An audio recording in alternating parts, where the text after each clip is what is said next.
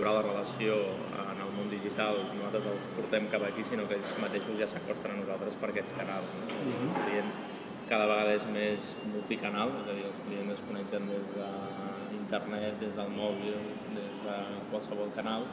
i la nostra estratègia una mica és estar presents per donar servei a qualsevol d'aquests canals. No?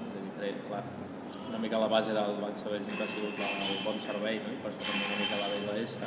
i estem intentant traslladar aquest concepte de bon servei a tots els canals on creiem que té valor estar present al costat del client.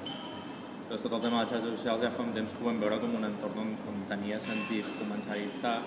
sobretot perquè en un entorn on ja es parlava de nosaltres cada dia, és a dir, ja hi ha converses cada dia sobre moltes coses i moltes d'elles ja són sobre nosaltres, no? Per tant, el fet de no ser-hi és no estar participant en una sèrie de converses on nosaltres hi podem aportar un valor o hi podem aportar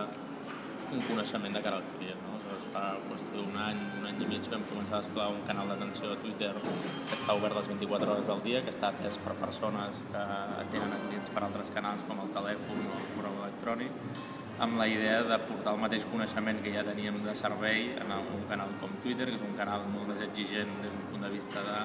velocitat de resposta,